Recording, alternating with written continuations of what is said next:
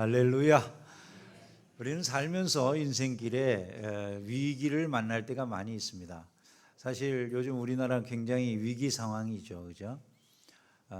세계적으로도 지금 큰 위기가 불어닥친 그런 상황으로 보여집니다. 전에 경험해 보지 못했던 그런 일들이 전 세계에 일어나고 있습니다. 과거에는 미국하고 캐나다 사이 같이 그렇게 서로 이웃하고 있는 나라가 저렇게 서로 관계가 좋은 이런 그 나라들이라면 얼마나 좋을까, 그런 생각을 하게 할 만큼 아주 좋은 관계의 나라들이었죠, 미국하고 캐나다는.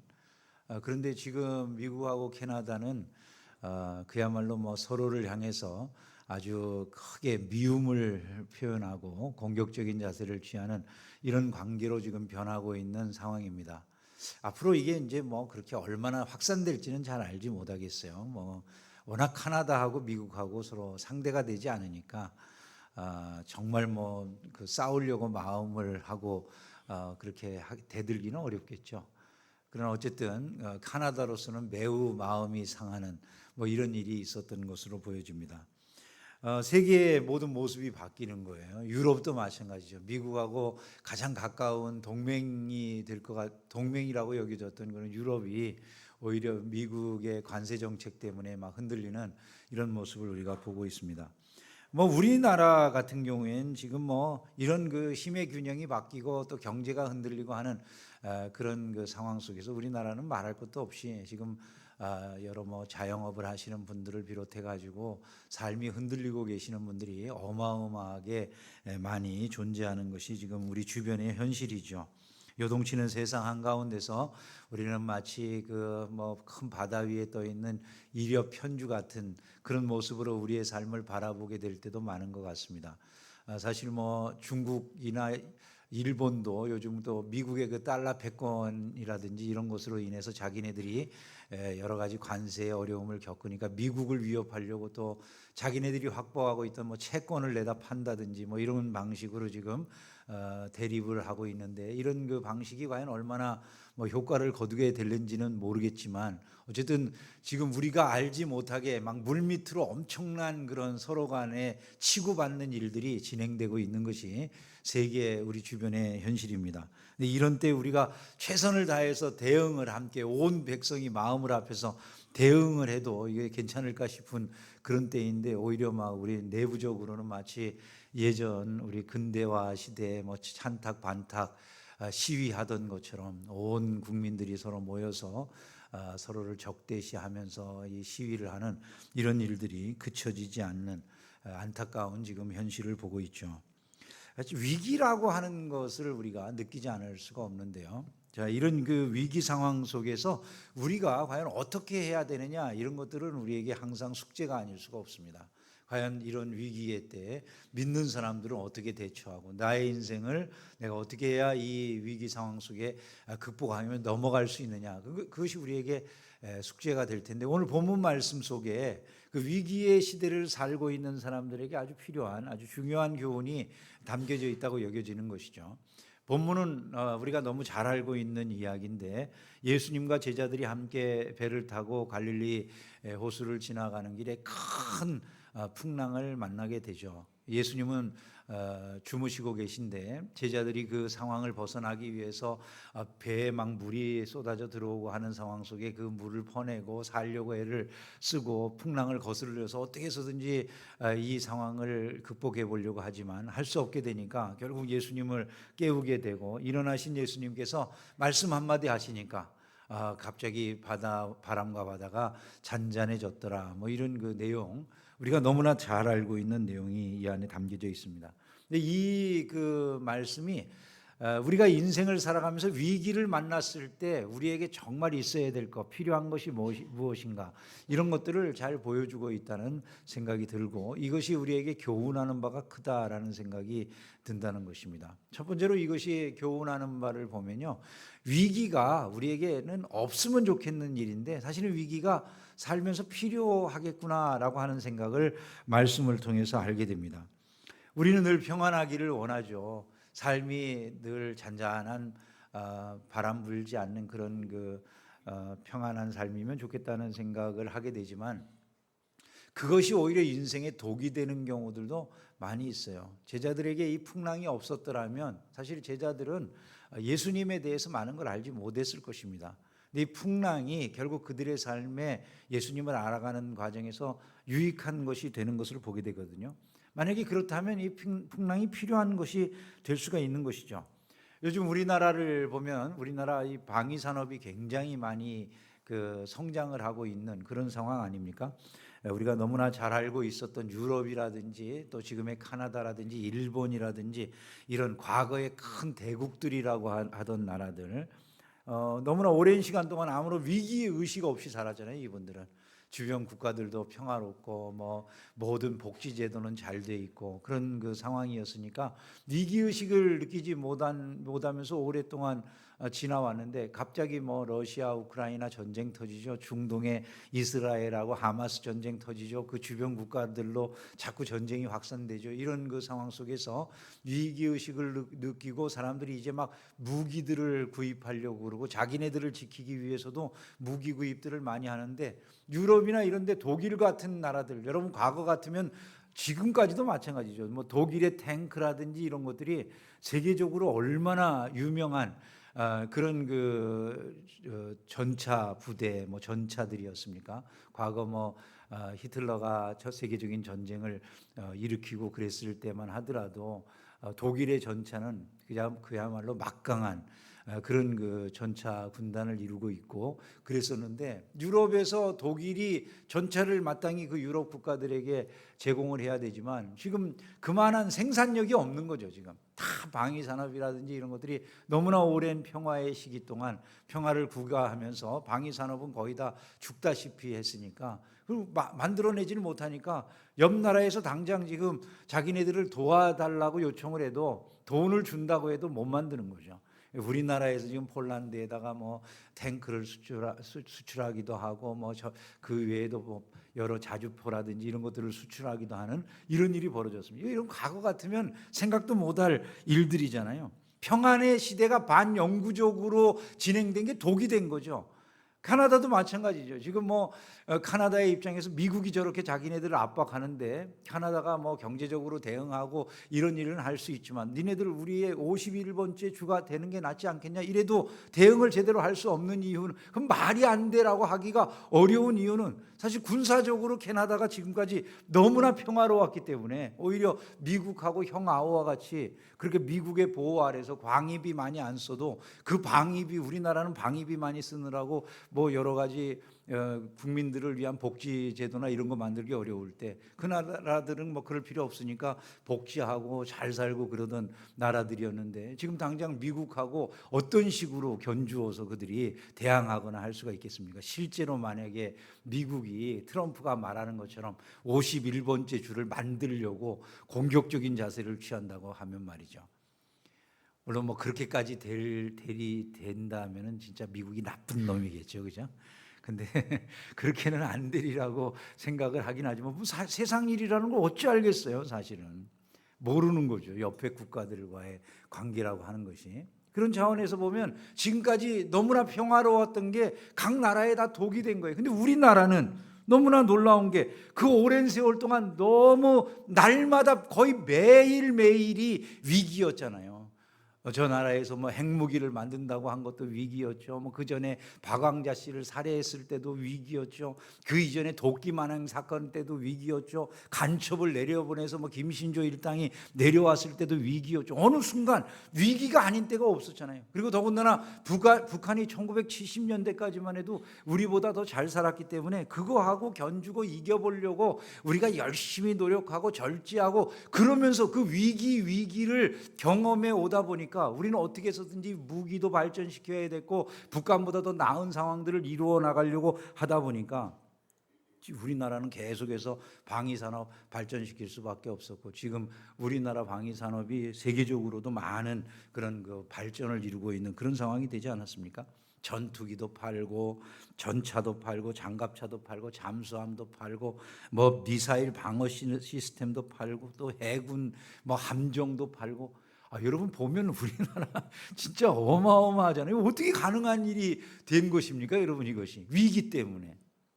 매기 효과라고 하는 말 알잖아요. 우리가 매기 효과가 딱 우리나라에 해당되는 말이에요. 매기 효과라고 하는 게 노르웨이에서 정어리를 갖다가 자기 나라 안으로 들여올 때 이 정어리가 갇혀 있기만 하면, 들어가서 이제 배 안에 갇히기만 하면 이게 스트레스를 받아서 다 죽어버리더라는 거잖아요. 근데 이제 거기다가 어떻게 해야지 이걸 갖다 살아 들어오는 거하고 죽어 들어오는 거하고 가격 차이가 너무 많이 나니까 이걸 갖다가 어떻게 살려서 데리고 올 것이냐, 이걸 이제 연구하던 가운데 어떤 사람이 거기 메기 몇 마리 넣어놨더니 메기들을 피하느라고, 메기에게 분명히 몇 마리의 정어리는 잡혀 먹히지만 그 정어리들이 도망다니느라고 다 싱싱하게 살아가지고 이것들이 수입이 돼 들어오더라는 거잖아요. 할렐루야. 이 대한민국이에요, 그게요. 매기 효과를 아주 톡톡히 본 것 같아요. 북한의 위협 때문에. 가만히 보면 우리나라가 지금 누리고 있는 이 축복이라고 하는 게 그런 그 위기로 인한 것이구나라고 하는 생각을 할 수 있지 않겠습니까? 저들보다 더 나아져야 된다. 제가 평양에 갔을 때, 평양의 그 광복거리인가 뭐 어디를 보여주는데, 그 광복거리라고 하는데 아파트들이 쫙 그 거리에 지어져 있어요. 우리나라 뭐 그 광화문 그 앞에 있는 대로처럼 그렇게 넓은 대로에 양옆으로 아파트들이 쫙 지어져 있는데, 그 아파트들이 1970년대에 지어진 거래요, 전부 다. 1974년도 정도까지는 북한이 우리보다 잘 살았다고 그러잖아요. 가서 보니까 우리나라는 1970년도 초반에 생각해 보면 우리가 그렇게 뭐 아파트들이 있고 그런 것이 별로 없었거든요. 근데 북한은 가보니까 그때 지어졌다는 그 아파트들이 아주 번듯하게 잘 서 있는 모습을 봤어요. 이게 우리나라가 그동안 얼마나 어려운 위기를 넘어서 여기까지 왔는가 하는 것들을 알 수가 있었죠. 여러분, 위기라는 게 없어야 되는 건 줄 아는데 필요한 것일 수가 있다는 거예요. 왜? 위기가 먼저는 우리를 깨어있게 하거든요. 위기는 삶을 깨어있게 해요. 정신 바짝 차리지 않으면 죽을 것 같으니까. 우리 대한민국도 그동안 정신 바짝 차리고 정신없이 살아온 것 아니겠어요? 이 제자들도 이 풍랑이 있는 그 한가운데서는 잠들 수가 없어요. 어떻게 그 풍랑이 있는 한가운데서 잠들겠어요? 살아남기 위해서 최선을 다하는 거죠. 그것이 그들로 하여금 깨어있게 한다는 것, 그래서 상황을 정확하게 보게 만든다는 것, 이게 바로 그들이 가졌던 그 위기의 축복이라는 거예요. 두 번째로 이 위기가 주는 축복은 자기네들의 한계를 깨닫게 되는, 이것이 이 위기의 축복이에요. 그 배 안에 있는 제자들 가운데는 어부들도 있잖아요. 어부 출신들이 살아남기 위해서 온갖 방법을 다 써보지 않았겠습니까? 그런데 어느 순간에 이제 우리의 힘으로는 더 이상 못하겠구나, 한계를 느끼는 거예요. 인간이 살면서 자기의 한계를 깨닫는 것은 얼마나 중요한 일인지 몰라요. 자기가 맨날 잘 되고 번성하고 좋을 때, 그때 사람은 교만해지기 쉽잖아요.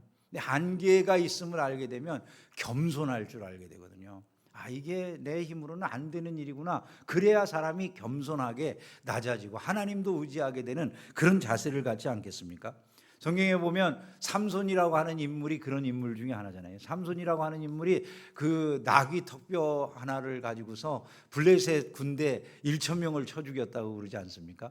1,000명을 쳐 죽인 삼손이 얼마나 그 승리에 도취했는지 그가 이렇게 말을 하잖아요. 나귀의 턱뼈로 한 더미 두 더미를 쌓았다. 내가 이 나귀 턱뼈로 1,000명을 죽였다고 그렇게 아주 기뻐서 소리를 지릅니다. 그죠? 내가 1,000명을 죽였도다 그래요. 그리고 그 지역 이름도 바꿔버려요. 라맛 레이. 이 지역 명을 내가 승리를 기념하기 위해서 여기는 라맛 레이야, 이렇게 이름을 바꿔버려요. 그 라맛 레이라고 하는 말이 턱뼈의 산이라고 하는 그런 뜻이에요.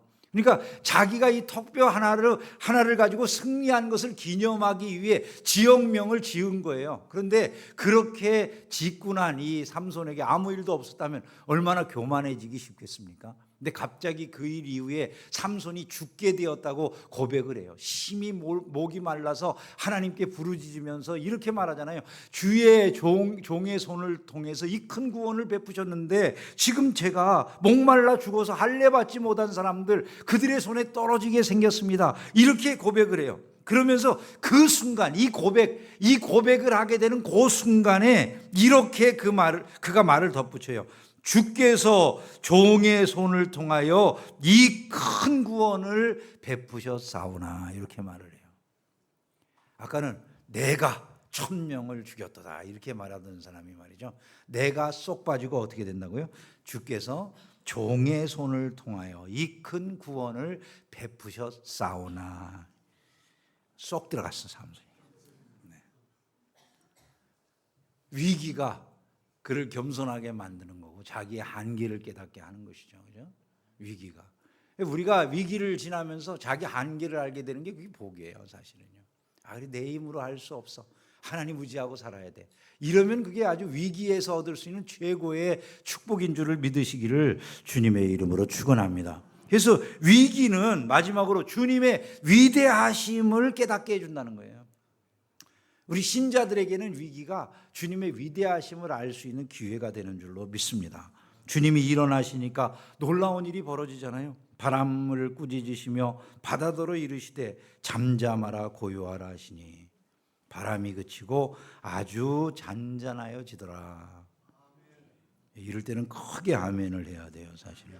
왜냐하면 이게 너무나 놀라운 일이기 때문에. 제자들이 이 일을 보고 어떻게 했다고 그럽니까? 그가 누구이기에 바람과 바다도 순종하는가 그렇게 말을 했어요. 그가 누구이기에 어떻게 이런 일이 일어나지라는 생각을 했다는 얘기잖아요, 그죠? 한번 여러분 생각을 해보세요. 도대체 누가 바람과 바다를 잔잔하게 할 수 있을까요? 요즘 과학이 얼마나 발전하고 기술이 많이 발전했습니까? 세상이 얼마나 발전했는지 기술 발전이 너무나 놀라워요. 어제 이제 저희 손녀딸이 와가지고 이제 제 옆에서 같이 잠잔다고 할아버지랑 잘 거야 그리고 옆에 와가지고 누웠어요. 어떻게 잠을 안 자고 말을 시키는지 이 6살짜리한테 아주 지쳐가지고 나중에 제가 말을 할 수가 없었어요. 어떻게 했을까요, 제가요? 챗 GPT 틀어놓고 챗 GPT에게 야 6살짜리가 말을 걸어오는데 계속해서 너한테 말 걸을 때 네가 6살짜리에게 적당한 대화를 해줘라 그러고 이렇게 해놨어요. 근데 우리 꼬마가 뭐 신데렐라 얘기해줘 그러면 신데렐라가 어쩌고 저쩌고 쫙 얘기해주고 이 챗 GPT가 다 얘기해주는 거예요. 제가 말할 필요가 없었어요. 세상에 지금 여러분 이 인공지능 기술이 얼마나 발전했는지 애하고 영어로도 대화를 다 해줘요. 영어로도. 그 영어를 갖다가 따로 뭐 그렇게 배우려고 보내야 될까 하는 생각이 들어요. 애한테 영어, 그리고 제가 이 말로 너 영어로 할 때는 영어로 대답해주고 한글로 할 때 한글로 대답해주고 영어가 잘못됐으면 설명도 해줘. 이러면 그대로 다 해줘요. 이게. 챗 GPT가.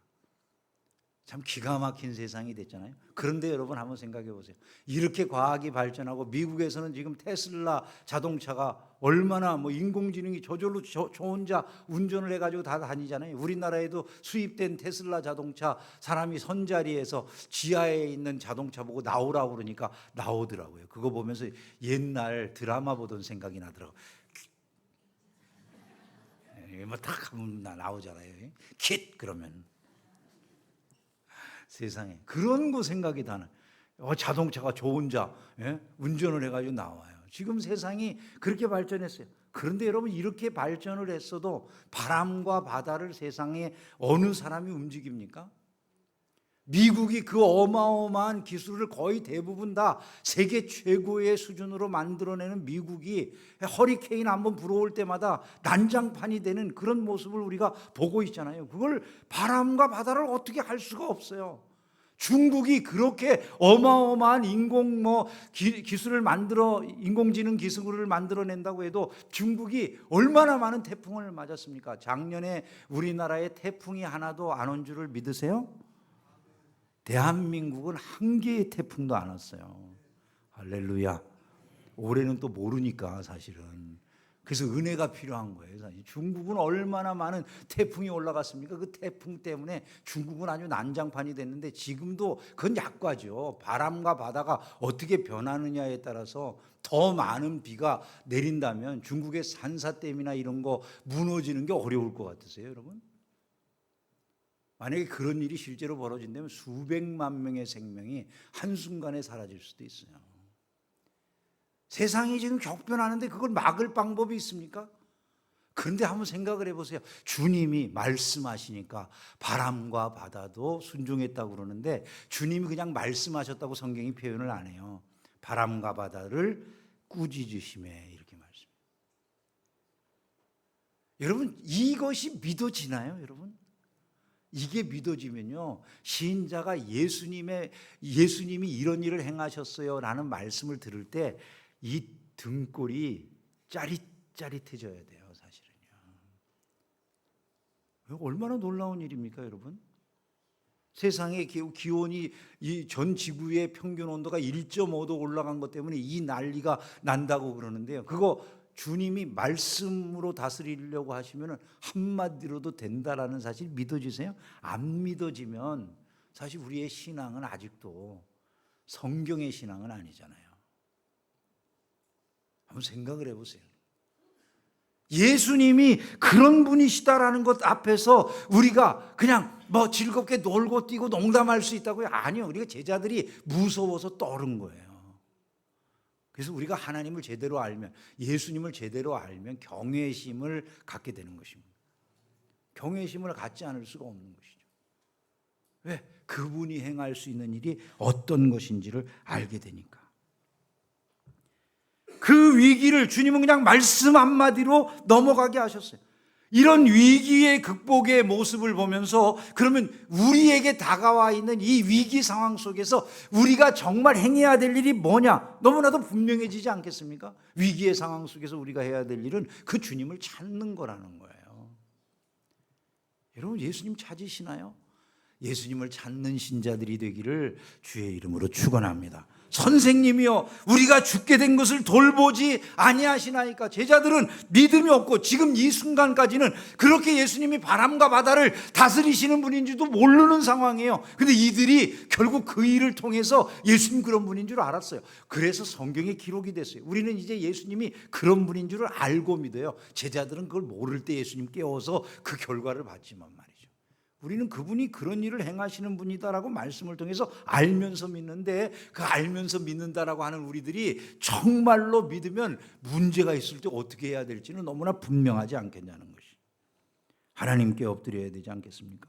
근데 우리는 오히려 이렇게 말합니다. 아니, 예수님은 모든 거 다 아신다면서, 아니 이런 일 미리 좀 막아주시지, 왜 그냥 이런 일들이 그냥 있게 그렇게 내버려 두셔? 그 같은 배에 계시면서 제자들 나 죽겠다고 난리치는 동안 왜 가만히 주무시고만 있었나요? 모든 것 다 아신다고 말씀하지 않았나요? 성경이 다 대답해 주잖아요. 구하라 주실 것이요, 찾으라 찾을 것이요, 문을 두드리라 열린다고 말씀하시지, 가만히 있어도 주실 것이요, 찾지 않아도 찾을 것이요, 두드리지 않아도 열릴 것이다, 이렇게 말씀 안 해요, 성경은요. 그 대표적인 구약의 말씀이 이거예요. 에스겔 36장에 보면 하나님께서 약속을 해주셔요. 이스라엘 백성들에게 너희들은 모든 죄악에서 정결하게 되는 날이 있을 거야. 성읍들에는 사람들이 거주하게 될 거야. 지금 포로로 잡혀가서 아무것도 없는 것 같지만 그 황폐한 곳에 건물들이 건축될 것이고, 전에 사람들이 보면서 황폐하다 하던 곳에 경작이 이루어져서 풍성한 곡식이 나오게 될 거야, 이렇게 말씀해요. 이제는 이곳이 에덴 동산 같이 바뀌고 모든 성벽과 주민들이 있는 곳으로 그렇게 바뀌어질 거라고 쭉 말씀을 해주셔요. 그런데 제일 중요한 말씀은 마지막에 나와요.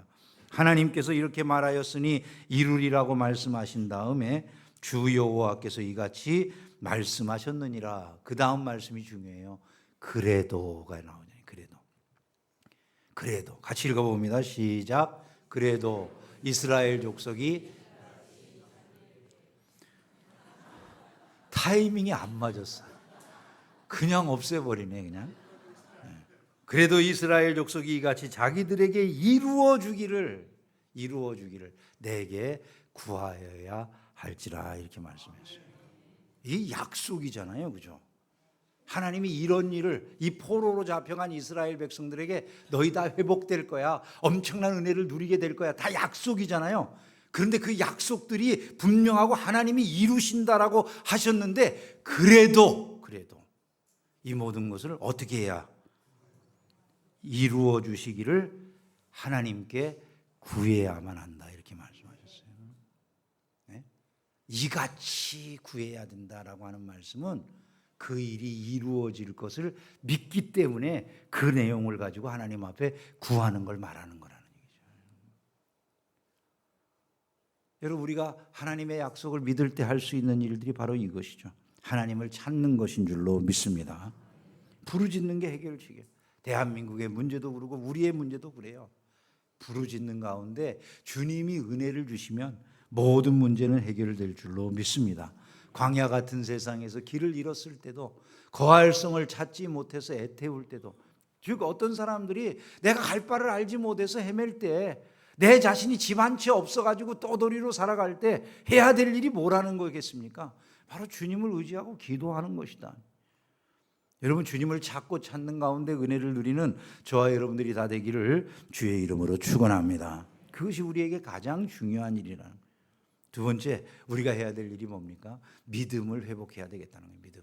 예수님이 일어나신 다음에 제일 먼저 제자들에게 모든 것 평정해 놓으신 다음에 하신 말씀이 뭐예요? 어찌하여 이렇게 무서워하느냐? 너희가 어찌 믿음이 없느냐 그러셨어요. 너희가 어찌 믿음이 없느냐. 제자들에게 이 위기의 때에 제일 필요한 게 믿음이라는 거죠. 믿음을 회복해야만 된다라고 하는 것을 제자들에게 말씀하신 거예요. 왜 이런 두려움 가운데 휩싸여 있는가? 믿음이 없어서.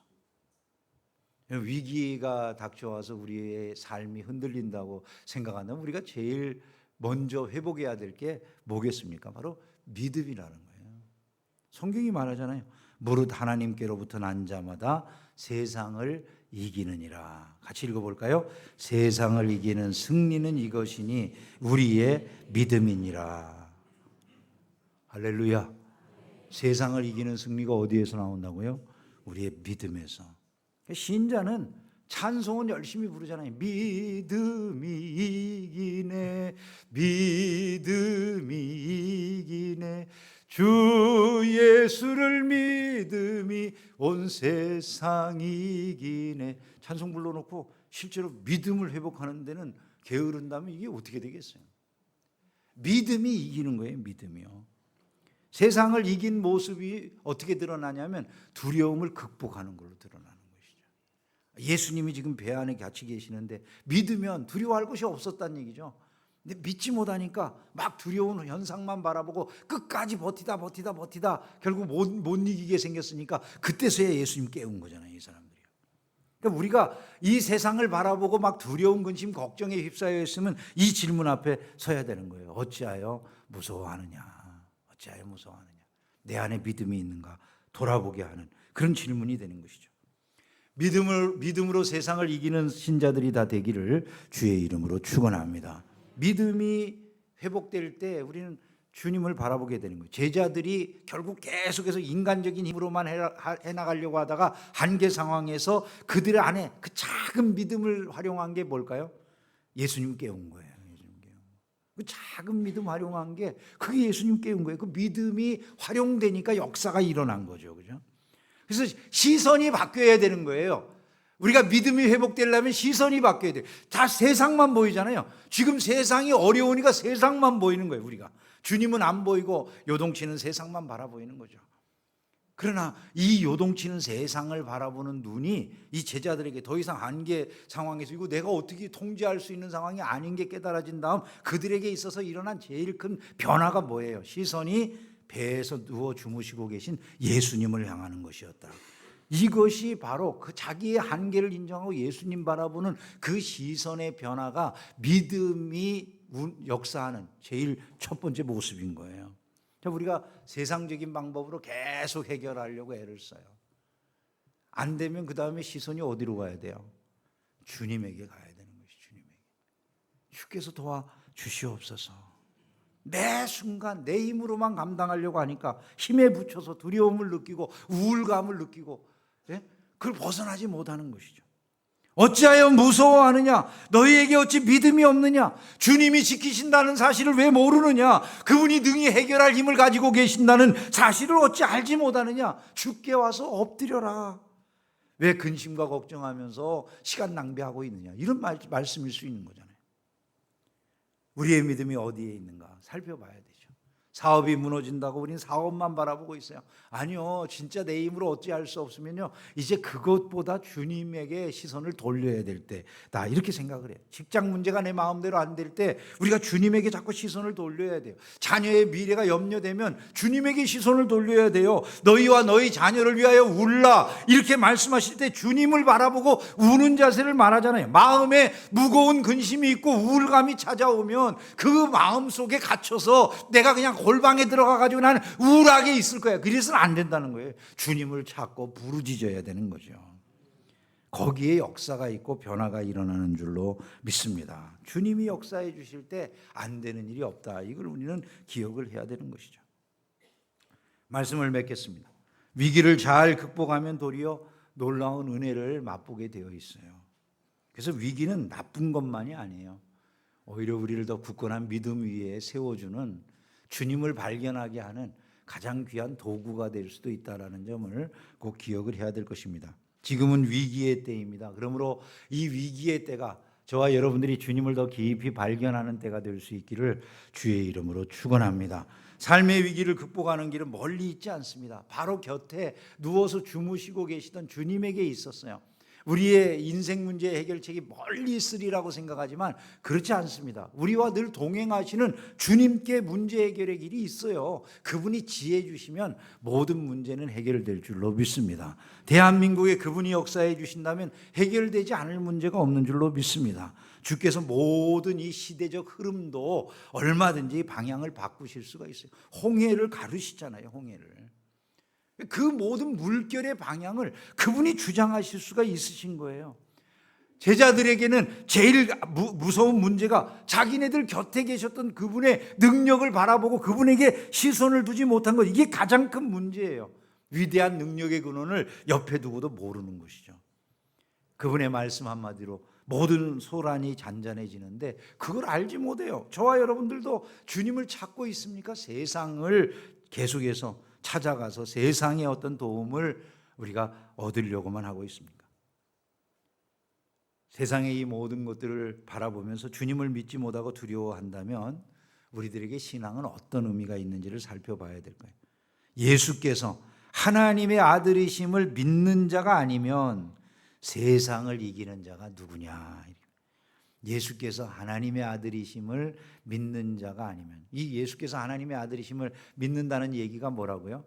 예수님을 향해서 주는 그리스도시요 살아계신 하나님의 아들이십니다라고 고백하는 것과 똑같은 신앙 고백인 거예요. 그죠?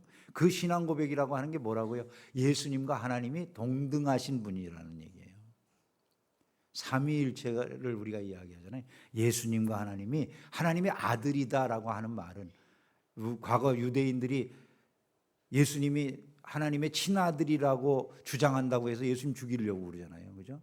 그 예수님의 그 주장 자체를 그 당시 유대인들은 하나님과 동등한 분이라고 자기를 생각한다는 말로 여긴 거예요. 그래서 하나님의 아들로 믿는다라고 하는 것, 이것은 바로 예수님과 하나님이 동등하시다라고 하는 사실을 믿는 자들이라는, 그분이 우리하고 내가 세상 끝날까지 너희와 항상 함께 있으리라 그러셨잖아요. 그거를 우리가 믿지 않으면 어떻게 세상을 이길 거냐라고 물어보잖아요. 신자이십니까, 여러분? 바로 이것을 믿는 것이 신자인 것입니다. 그 믿음으로 세상을 두려워하지 아니하고 세상을 이겨나가는 복된 성도들이 다 되기를 주의 이름으로 축원합니다. 위기에 대해 주께서 주시는 귀한 교훈을 마음에 새기시고 주님을 의지함으로 위기의 때를 넉넉히 이겨나가며 오히려 위기가 내 삶의 진실로 필요한 것이었음을 고백할 수 있는 그런 복된 백성들이 다 되기를 진심으로 기원합니다.